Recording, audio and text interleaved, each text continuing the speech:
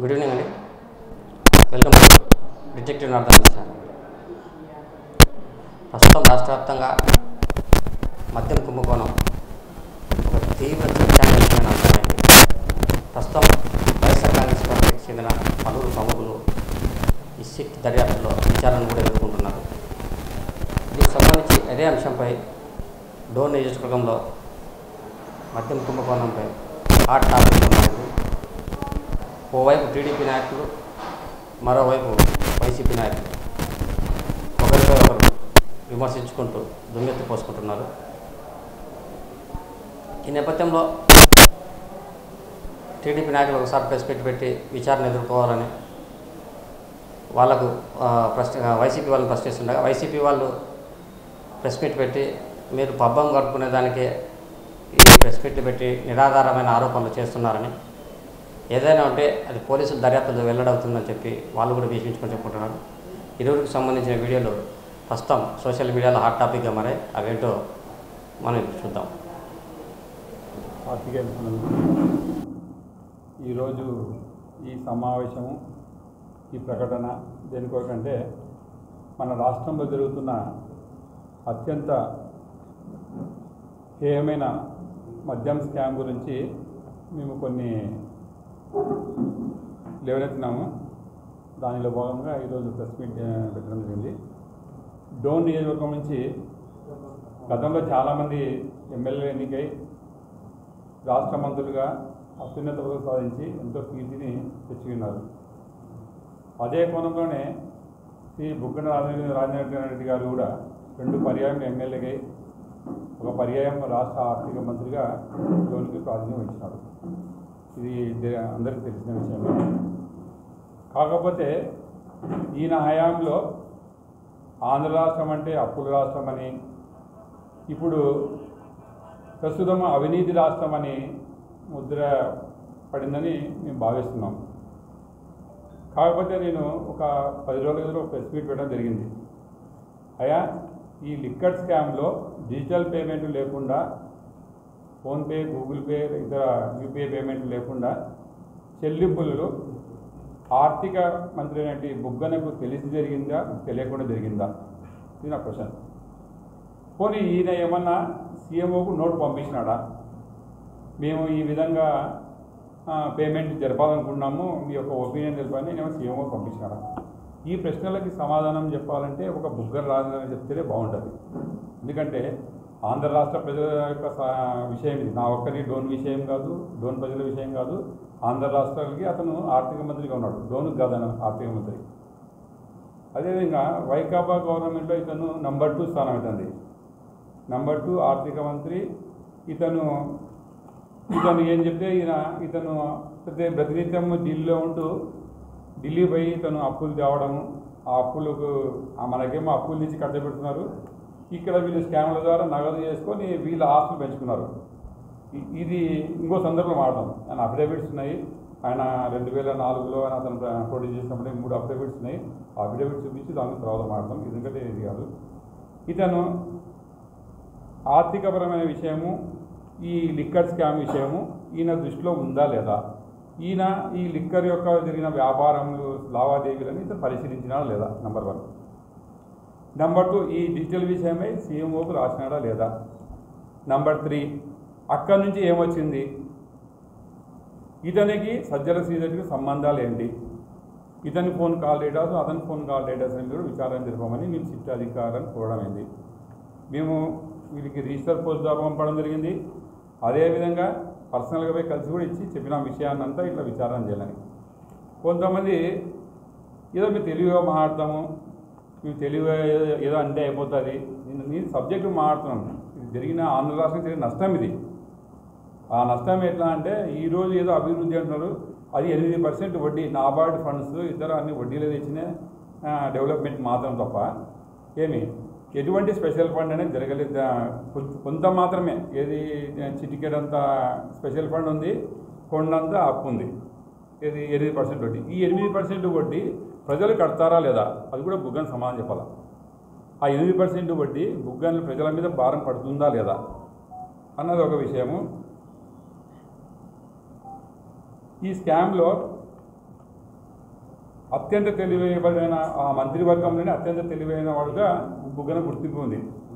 ఆయన హరికథ చెప్తాడు, బుర్రకథ చెప్తాడు, పిట్టరదుల యాక్షన్ కూడా చేస్తాడు. చేసి నందిని చేసి ఆయన మాట కరెక్ట్ అనేది ప్రచారంలో తేవడంలో దిట్ట. ఇది అందరికీ తెలిసిన విషయమే, మరోసారి చెప్తున్నాను. ఈ విషయంలో అతనికి తెలిసే ఈ డిజిటల్ పేమెంట్ చేస్తే ఇట్లా డబ్బులు వస్తాయని ఒక పథక ప్రకారము ఈ యొక్క సజ్జల శ్రీధర్ రెడ్డి, బుగ్గన రాజరెడ్డి కలిసే ఈ యొక్క కుట్ర పడినారన్నది మా ఆరోపణ. దీన్ని నిరూపించవలసింది ఎవరు? సిట్ అధికారులు నిరూపించాలా, లేకపోతే మర్రి రామనారాయణ కూడా నిరూపించాల్సిన అవసరం ఉంది. ఆ ప్రక్రియని స్టార్ట్ చేశాం.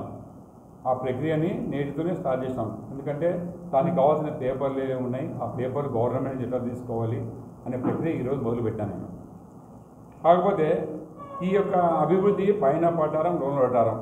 పైన మామిడి పండు బాగా కనిపిస్తుంది, లోపల ఉండే కండ అప్పు అనే కండ ఎవరు కనపడటం లేదు, ఎవరు ఆలోచించడం లేదు. ఒక రోడ్డు వేస్తేనే అబ్బా రోడ్డుకు చాలుస్తారు. ఆ రోడ్డుకు వచ్చిన డబ్బులు ఎట్లా, ఆ బిల్డింగ్కి వచ్చిన డబ్బులు ఎట్లా, అది అప్ప సొప్ప ఏమొచ్చింది అనేది ఎవరు కూడా ఆలోచించలేదు. ఎందుకంటే ఇంత విషయం లోతు కాలించే ప్రజలకి అంత తీరికబడి లేదు. ప్రజలు కూడా ఇది మన మీద అప్పుగా మోపుతున్నాడు, దీనికి వడ్డీ కట్టాలా ఏమి. ఈరోజు మీరు గవర్నమెంట్ ఆసుపత్రులు చూసినారు, ఈరోజు కూడా లొడలో వర్షం వస్తే కడతా ఉంటుంది. అది అభివృద్ధి. వర్షం వస్తే ఒక కొలాయి పంపు లేక పైన నీళ్ళు పడతాయి. ఇదంతా తెలిసిన విషయమే. కాకపోతే మరొకసారి గుర్తు చేస్తున్నా, అభివృద్ధి అంటే ఎట్లా ఉంటుంది. ఇంకా అభివృద్ధి ఇంకోటి అంటే ఈ అభివృద్ధి పక్కన ఆక్రమిత స్థలం కూడా ఉంది. ఇది ఆ సోషల్ వెల్ఫేర్ స్కూల్ కట్టారండి, అది ఆక్రమిత స్థలం. దాని మీద ఎఫ్ఐఆర్ అయింది. ఎవరు పీవీ కన్స్ట్రక్షన్ ఉంది, పీవీ కన్స్ట్రక్షన్ మీద ఎఫ్ఐఆర్ అయింది. ఎట్లా అంటే ఇప్పుడు గవర్నమెంటే ఆక్రమణకు ప్రోత్సహిస్తే ఇంకా పబ్లిక్ ఎందుకు చేయరు? ఒక బిల్డింగ్ కట్టేటప్పుడు కాంట్రాక్ట్ హ్యాండ్ ఓవర్ చేసేటప్పుడు అధికారులు ఇది కరెక్ట్గా ఉంది, క్లియర్గా ఉందని చెప్పి కాంట్రాక్ట్ హ్యాండ్ ఓవర్ చేస్తే బిల్డింగ్ కడతాడు. ఇది జగం పెరిగిన సత్యం. ఆయన బిల్డింగ్ కడితే ఊకే ఫారెస్ట్లో ఎఫ్ఐఆర్ చేసి పెట్టుకున్నారు. ఊకే అధికారం ఉంది కదా, ఏం చేయలేదు, ఫారెస్ట్లో ఎఫ్ఐఆర్ చేశారు. వీడు మా స్థలంలో ఎంక్రోచ్మెంట్ బిల్డింగ్ కట్టారు. తప్పు కదా, బుగ్గనకు తెలియలేదా మాత్రం? ఈ తప్పు చేస్తే అధికారులు ఇబ్బంది పడతారు ఏమి. ఇంకో విషయం ఏమంటే అది డోన్ లిమిట్స్కి వస్తుంది. హాస్పిటల్ కానీ, పక్కన కట్టిన స్కూల్ బిల్డింగ్ కానీ, హాస్టల్ బిల్డింగ్ కానీ, హాస్టల్ కమ్ స్కూల్ బిల్డింగ్, దానికి దూరపల్లిలో పోయి గ్రామసభ చేసి తీర్మానం చేస్తారు. అంటే మోసానికి దిట్ట, మోసం చేయడానికి కుట్రలు చేయడానికి బుగ్గన దిట్ట అని నేను చెప్పాల్సిన విషయం. నాకు తెలుదా? డోన్ లిమిట్స్ లేకుండా ఒక నియోజకవర్గం ఎమ్మెల్యే అవుతాడా, మంత్రి అవుతాడా? అంటే పూర్తి వాస్తవ విషయాలు వాస్తవ విషయాలను దాచిపెట్టి నేనేదో చేసినా ఇప్పుడు జగనన్న కాలనీలో ఎన్ని పట్టాలు అమ్మిలేరండి? అన్ని విషయాలు బయట ఇస్తాను ఎవరిను. రేపటి నుంచి ఆఫీస్లో ప్రతిరోజు ఇక్కడ అర్జీలు తీసుకుంటాం. ఈరోజు నుంచి ప్రారంభిస్తాం. ఒక మంచి పెట్టి ఇక్కడ మేము ఇంకో 2-3 కాలేజ్ సెంటర్లో పెట్టి అక్కడ అర్జీలు తీసుకుంటాం. ఎవడోడు ఎంత డబ్బులు వసూలు చేసినాడు వాళ్ళ డబ్బులను ఇప్పించే బాధ్యత మరి జమ తీసుకుంటాడు ఈరోజు. ఇకపోతే కొందరు ఏదో కోట్లనని అట్లా చేసినాడు ఇట్లా చేసినా అంటే, నేను 40 ఏళ్ళ నుంచి రాజకీయాలు ఉన్నాను. కోట్ల కుటుంబం ఏం చెప్తే నాకు ఇచ్చిన పని ఒక సైనికులు లెక్క చేశాను. నాకు ప్రత్యక్షంగా ఏ పని పడదు. ఈ రోజు వరకు కూడా నేను దొంగసారా అమ్మాను, కాంట్రాక్ట్లు చేయను, పైరవీలు చేయను, డబ్బులు తీసుకొని ఆ పోస్టింగ్ చేస్తా ఈ పని చేసేవాడిని కాదు. నా 40 ఏళ్ళ రాజకీయంలో కే ప్రతాప్ గారికి చేయండి అని కోట్ల ప్రకాష్ సుజాతమ్మ గారు కోట్ల సుజాత ప్రకాష్ చేస్తే ఆ విధంగా చేసిన అంతే. కోట్ల ప్రకాష్ రెడ్డి గారి గెలుపుకి ఏ విధంగా చేస్తే గెలుస్తారని ఆ ప్లానింగ్లో చేశాను. ఆయన ఇస్తేనే నాకు ఎంత వర్క్ ఇస్తే అంత వర్క్ చేశాను నేను. కాకపోతే నన్ను అది ఇది అని నాకు ఏం అవసరం ఉంటుంది రెగ్యులర్గా నేను బ్రోకర్నా ఏమన్నా అక్కడ పోయి ఇక్కడ పోయి ఎక్కువసేపు లేవడానికి నేను ఫోన్లలో చెప్పి పని చేయిస్తాను. అవసరమైతే నా పనికి కొట్లాడిగానే చేయించుకుంటాను నేను. సమావేశం ఏర్పాటు చేయడానికి కారణము ఒక తెలుగుదేశం లీడర్ మర్రి రమణ అనే వ్యక్తి అనవసరమైన వ్యాఖ్యలు, సంబంధం లేని మాటలు మాట్లాడడం వల్ల పెట్టాల్సిన పరిస్థితి వచ్చింది. అతను మొన్న వాళ్ళ ఒక పెళ్లి జరిగింది వాళ్ళ ఇంట్లో. ఆ పెళ్లిలో మన ఆర్థిక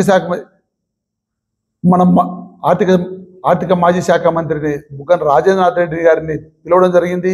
దానికి అతని కుమారుడు అటెండ్ కావడం జరిగింది. దీని వలన అక్కడ వాళ్ళ లీడర్ల దగ్గర వాళ్ళకి చాలా ఇబ్బంది జరుగుతుంది.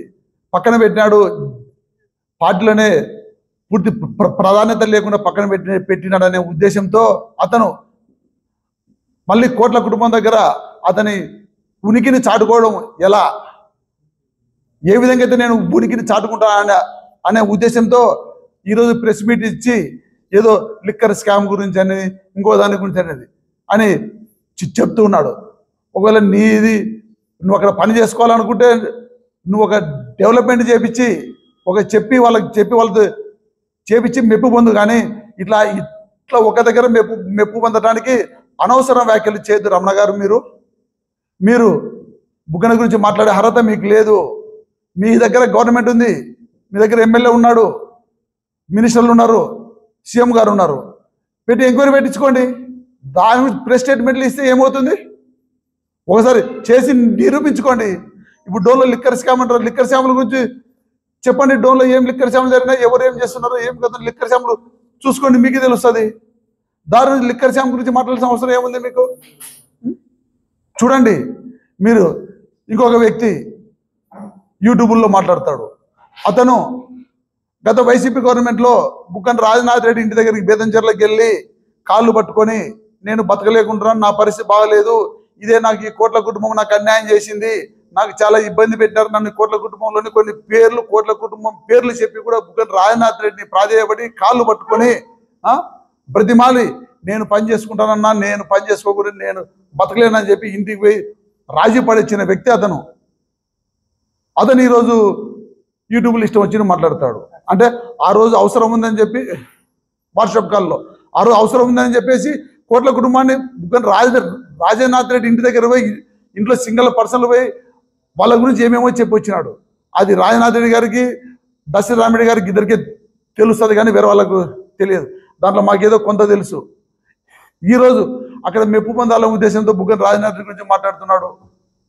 ఇతను మీరు అలా చేయొద్దండి. ఒకే పక్క ఉండి రాజకీయం అనేది రాజకీయంగా చేయండి. మీరు మా ఎమ్మెల్యేని మా మినిస్టర్ని విమర్శిస్తున్నారు, మేము కూడా అన్ని విమర్శించాలన్న పరిస్థితి వస్తుంది. నెక్స్ట్ ఎవరి పని వాళ్ళు చేసుకొని రాజకీయం హుందాగా చేస్తే బాగుంటుంది. ఈ హుందాతనం లాస్ట్ 5 ఏళ్ళలో డోన్లో ఒక హుందాగా నడిచినాయి రాజకీయాలు. ఈ 5 ఏళ్ళు కూడా అట్లే చేయండి, డెవలప్మెంట్లో పోటీ పడండి, అభివృద్ధి చేయండి. ఇది ఎప్పుడే కానీ మన నోరు ఉంది కదా అని ఇష్టం వచ్చినట్టు మాట్లాడొద్దండి. జాగ్రత్త, ఖబర్దార్. మొన్నటి దినము తెలుగుదేశం పార్టీ నాయకులు కొంతమంది మాజీ ఆర్థిక శాఖ మంత్రి గౌరవనీయులు బుగ్గన రాజేంద్రనాథ్ రెడ్డి గారి గురించి కొద్దిగా అసభ్యమైన పదజాలం, ఇది కొత్త కాదు వారికి, గత ఎలక్షన్ల నుంచి వాళ్ళు ఈ అసభ్యకరమైన పదజాలంతో బుగ్గన గారిని మాట్లాడుతూనే ఉన్నారు. ఇప్పటికైనా అటువంటి అసభ్యమైన పదజాలం మానుకొని అవతల వ్యక్తి ఎవరు, అతని స్థాయి ఏంది, మనం జీవితంలో ఎప్పుడైనా కానీ ఇంకా 20 ఏళ్ళకి కానీ మనం ఆ స్థాయికి పోతామా? పోలేము.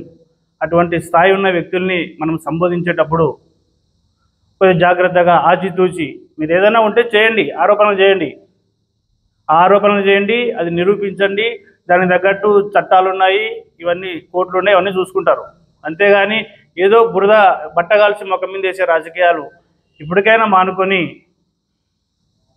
ఉంటారని భావిస్తున్నాం. అదేవిధంగా గతంలో 2019 నుంచి 24 వరకు ప్రెస్ మీట్లు, ప్రెస్ వారు మీరే ఉన్నారు, ఏ విధంగా ప్రెస్ మీట్లు జరిగేవి?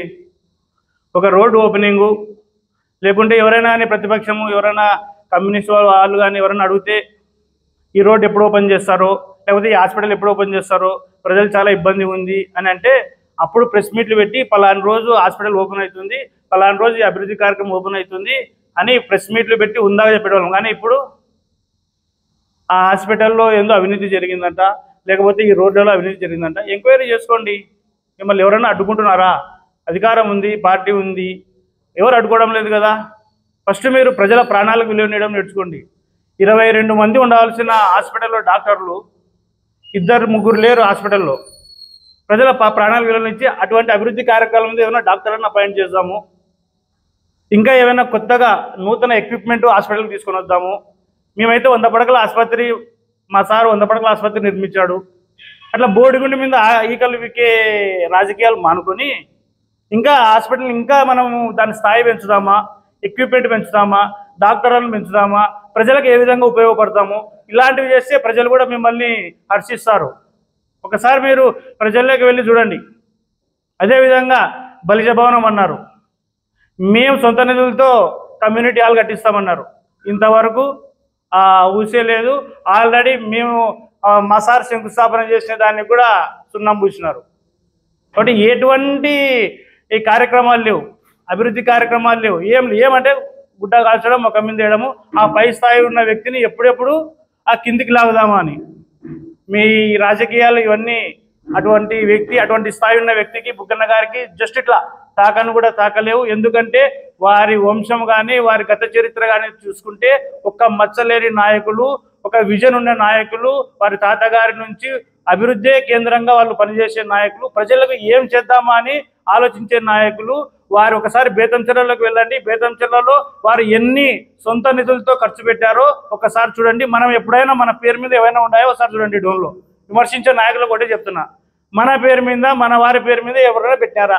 మీరు ఉన్న పేర్లను తుడిపేయడం తప్ప మిగతా కార్యక్రమాలు మీరు ఏం చేసినారు? గత సంవత్సరం రోజుల నుండి 11 నెలలు అయింది, ఒక్క కార్యక్రమం లేదు. అభివృద్ధి కార్యక్రమాలా లేవు, సూపర్ సిక్సా లేదు, ఏం లేదు. కేవలము ఎదుటివారి బురద, మనకు అంటుకున్న బురదని ఎదుటివారికి ఊపివేయడం తప్ప మనం చేసిన రాజకీయం ఇంతవరకు ఏం లేదు. దయచేసి ఇటువంటివి మానుకొని ఏదైనా ఉంటే ఎంక్వైరీ చేసుకోండి. దానికి అందరూ సహకరిస్తారు. ఏదైనా ఉంటే కన్నా చట్ట ప్రకారంగా చర్యలు తీసుకుంటారు. అంతేగాని ఊరికే వచ్చి ప్రెస్ మీట్లు ఉంది కదా అని టగటగా ఏదో ఒకటి మాట్లాడి అది అసభ్య పదార్థాలతో మాట్లాడి హుందాగా మాట్లాడండి. మేము కూడా హుందాగా స్వీకరిస్తాం, రాజకీయాల్ని హుందాగా నడుపుదాం. గత 5 ఏళ్లలో ఏ విధంగా హుందాగా ఉంది, అభివృద్ధి కార్యక్రమాలు ఇవే ఉన్నాయి. కానీ ఇటువంటి బురద జల్లుకునేటివి ఇవన్నీ ఏం లేవు. అప్పుడే మా సార్ అనుకోనింటే ఇవన్నీ ఇట్లా అవినీతి ఇవన్నీ తీయాలని అనుకుంటే ఎంతసేపు ఆయన ఉన్న స్థాయి ఏంది, ఆ స్థాయిలో ఆయన ఎంతసేపు ఏరేయడం. కాబట్టి అటువంటివి చేయలేదు. ఆయన విజను, ఆయన అభివృద్ధి అంతా డోన్ ప్రజలకు